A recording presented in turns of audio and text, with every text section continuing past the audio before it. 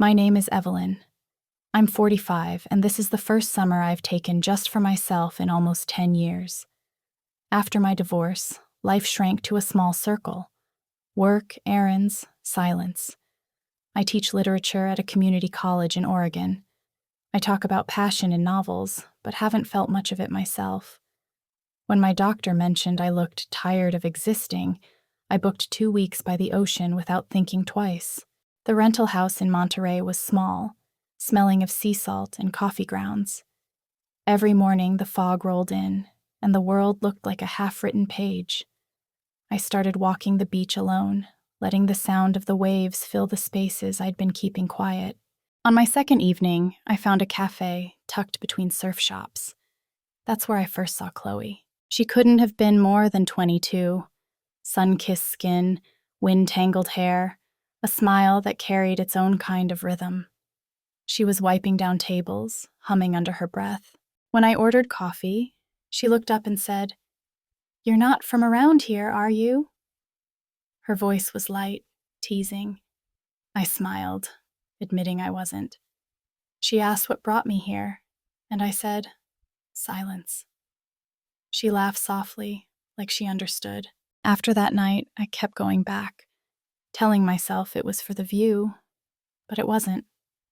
She'd ask about my day, recommend books, talk about her dream to move to Santa Cruz and open an art studio.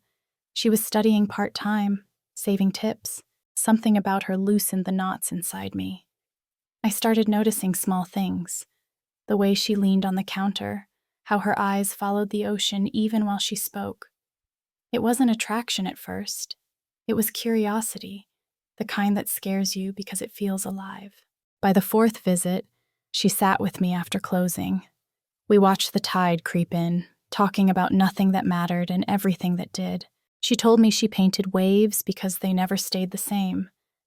I told her I envied that, the courage to change. When I left that night, she said quietly, "See you tomorrow, Evelyn." And for the first time in years, I wanted tomorrow to come faster. The next day, the ocean was louder, or maybe I was just listening differently. I spent the morning reading on the porch but couldn't focus. My thoughts kept drifting to the café, to her. By late afternoon, I gave in and walked there, half hoping she wouldn't be working, half praying she would.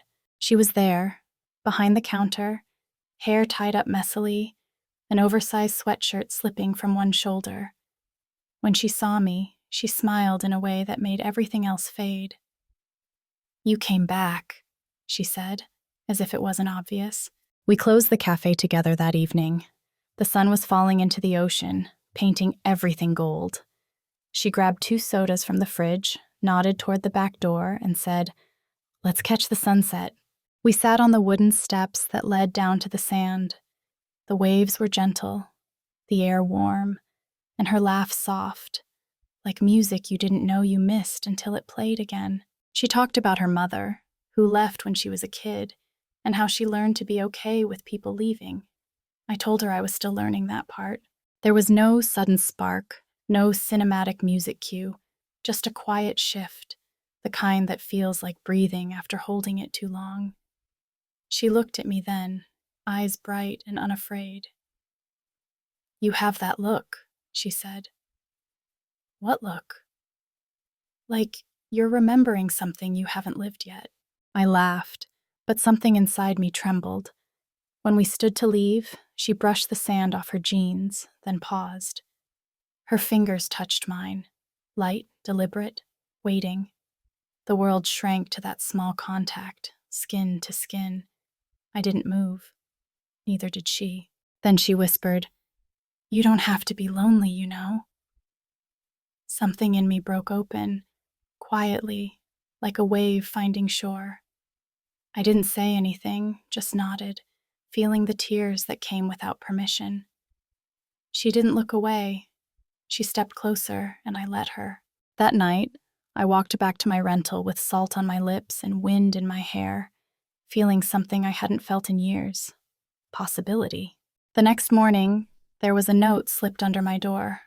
A simple one: "Meet me at the pier tonight." And for the first time in a decade, My heart beat not out of fear, but out of hope.